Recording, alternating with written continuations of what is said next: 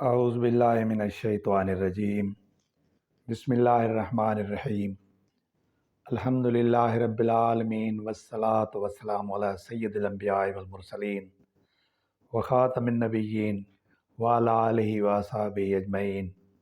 अम्मा बाद।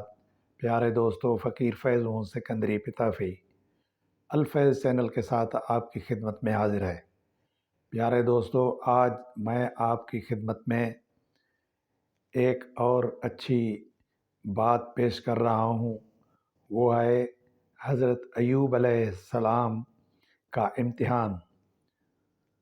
हज़रत अय्यूब अलैहिस्सलाम हज़रत इसहाक़ अलैहिस्सलाम की औलाद में से हैं और उनकी वालिदा हज़रत लूत अलैहिस्सलाम के ख़ानदान में से हैं।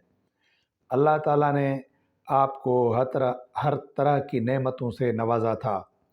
हुस्न व सूरत भी और माल व औलाद की कसरत भी, बेशुमार मवेशी और खेत व बाग वगैरह के आप मालिक थे। जब अल्लाह ताला ने आपको आजमाइश व इम्तिहान में डाला तो आपका मकान गिर पड़ा और आपके तमाम फर्जंदान उसके नीचे दबकर मर गए और तमाम जानवर, जिसमें सैकड़ों ऊँट और हज़ारहा बकरियां थीं, सब मर गए। तमाम खेतियां और बागात भी बर्बाद हो गए। गर्ज आपके पास कुछ भी बाकी नहीं रह गया। आपको जब इन चीज़ों के हलाक व बर्बाद होने की खबर दी जाती थी तो आप हम्दे इलाही करते और शुक्र बजा लाते थे और फरमाते थे कि मेरा क्या था और क्या है, जिसका था उसने ले लिया। जब तक उसने मुझे दे रखा था मेरे पास था, जब उसने चाहा ले लिया। मैं हर हाल में उसकी रज़ा पर राज़ी हूँ।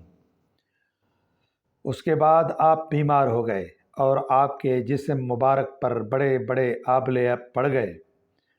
इस हाल में सब लोगों ने आपको छोड़ दिया, बस फ़कत आपकी बीवी, जिसका नाम रहमत बिनते इफ़राइम था, जो हज़रत यूसुफ़ अलैहिस्सलाम की पोती थीं, आपकी खिदमत करती थीं।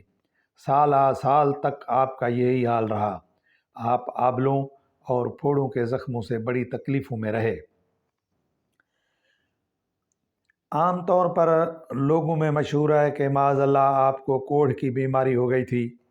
चुनांचे बाज़ गैर मोतबर किताबों में आपके कोढ़ के बारे में बहुत सी गैर मोतबर दास्तानें भी तहरीर हैं, मगर याद रखो कि ये सब बातें सरतापा बिल्कुल गलत हैं और हरगिज़ आप या कोई भी नबी कभी कोढ़ और जज़ाम की बीमारी में मुब्तला नहीं हुआ।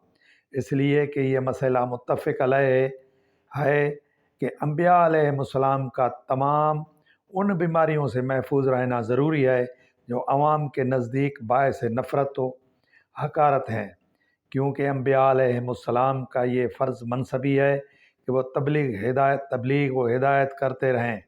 तो ज़ाहिर है कि जब अवाम उनकी बीमारियों से नफ़रत करके उनसे दूर भागेंगे तो भला तबलीग का फ़रीज़ा क्यों कर अदा हो सकेगा। अलगर्ज़ हज़रत अय्यूब अलैहिस्सलाम हरगिज़ कभी कोढ़ और जज़ाम की बीमारी में मुब्तला नहीं हुए थे, बल्कि आपके बदन पर कुछ आबले और फोड़े फंसियाँ निकल आई थीं, जिनसे आप बरसों तकलीफ़ और मुशक्क़त झेलते रहे और बराबर साबिर और शाकिर रहे। फिर आपने बहुक्म इलाही अपने रब से यूं दुआ मांगी कि अन्नी मसन्नी यद्दुर्रु व अंत अरहमुर राहिमीन, यानी ए रब, मुझे तकलीफ़ पहुंच गई है और तू तमाम मेहरबानों से बढ़कर रहम फरमाने वाला है। जब आप खुदा की आजमाइश में पूरे उतरे और इम्तिहान में कामयाब हो गए तो आपकी दुआ मकबूल हुई और अरहमर राहिमीन रब करीम ने हुक्म फरमाया ए अय्यूब, अपना पाँव ज़मीन पर मारो। आपने ज़मीन पर पाँव मारा तो फ़ौरन एक चश्मा फूट पड़ा। हुक्म इलाही हुआ कि इस पानी से गुस्ल करो। चुनाचे आपने गुस्ल किया तो आपके बदन की तमाम बीमारियां दूर हो गईं।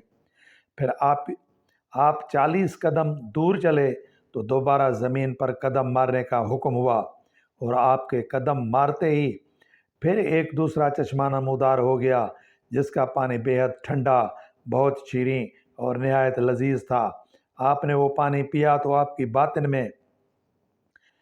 باطن میں نور ہی نور پیدا ہو گیا، اور آپ کو اعلیٰ درجے کی صحت و نورانیت حاصل ہو گئی، اور اللہ تعالیٰ نے آپ کی تمام اولاد کو دوبارہ زندہ فرما دیا، اور آپ کی بیوی کو دوبارہ جوانی بخشی، اور ان کے کثیر اولاد ہوئی۔ پھر آپ کا تمام ہلاک شدہ مال و مویشی اور اسباب و سامان بھی آپ کو مل گیا، بلکہ پہلے جس قدر مال و دولت کا خزانہ تھا اس سے کہیں زیادہ مل گیا۔ اس بیماری کی حالت میں ایک دن آپ نے اپنی بیوی صاحبہ کو پکارا تو وہ بہت دیر کر کے حاضر ہوئیں۔ اس پر غصے میں آ کر آپ نے ان کو 100 درے مارنے کی قسم کھا لی تھی۔ تو اللہ تعالیٰ نے فرمایا کہ اے ایوب، آپ ایک سینکوں کی جھاڑو سے ایک مرتبہ اپنی بیوی کو مار دیجئے، اس طرح آپ کی قسم پوری ہو جائے گی۔ چنانچہ اللہ تعالیٰ نے قرآن مجید میں اس واقعے کو اس طرح بیان فرمایا ہے کہ ہم نے فرمایا کہ زمین پر اپنا پاؤں مارو، یہ ہے ٹھنڈا چشمہ نہانے اور پینے کا، اور ہم نے اسے اس کے گھر والے اور ان کے برابر اور اپنی رحمت سے عطا فرما دیے عقل مندوں کو نصیحت حاصل کرنے کے لیے۔ اور ہم نے فرمایا کہ اپنے ہاتھ میں ایک جھاڑو لے کر اس سے مار دو اور قسم نہ توڑو، بے شک ہم نے اس یعنی ایوب کو صابر پایا، وہ کیا ہی اچھا بندہ ہے، بے شک وہ خدا کی طرف بہت رجوع لانے والا ہے۔ الغرض حضرت ایوب علیہ السلام اس امتحان میں پورے کامیاب ہو گئے، اور اللہ تعالیٰ نے ان کو اپنی نوازشوں اور عنایتوں سے ہر طرح سرفراز فرما دیا، اور قرآن مجید میں ان کی مدح خوانی فرما کر اواب کے لاجواب خطاب سے ان کے سر مبارک پر سربلندی کا تاج رکھ دیا۔ درس ہدایت: حضرت ایوب علیہ السلام کے اس واقعہ امتحان میں یہ ہدایت ملتی ہے کہ اللہ تعالیٰ کے نیک بندوں کا بھی خدا کی طرف سے امتحان ہوا کرتا ہے، اور جب وہ امتحان میں کامیاب اور آزمائش میں پورے اترتے ہیں تو خداوند قدوس ان کے مراتب و درجات میں اتنی اعلیٰ سربلندی فرما دیتا ہے کہ کوئی انسان اس کو سوچ بھی نہیں سکتا۔ اور اس واقعے سے یہ سبق بھی ملتا ہے کہ امتحان و آزمائش کے وقت صبر کرنا اور خداوند عالم کی رضا پر راضی رہنا، اس کا پھل کتنا اچھا، کتنا میٹھا اور کس قدر لذیذ ہوتا ہے۔ واللہ تعالی عالم۔ میرے پیارے بھائی، امید ہے کہ یہ آپ کو یہ میری کوشش پسند آئے گی، اور میرا یہ چینل سبسکرائب کریں گے، اور دوستوں سے شیئر کریں گے، لائک کریں گے، اور مجھے اور پوری امت حبیب کو اپنی نیک دعاؤں میں یاد رکھیں گے۔ وما علینا الا البلاغ المبین۔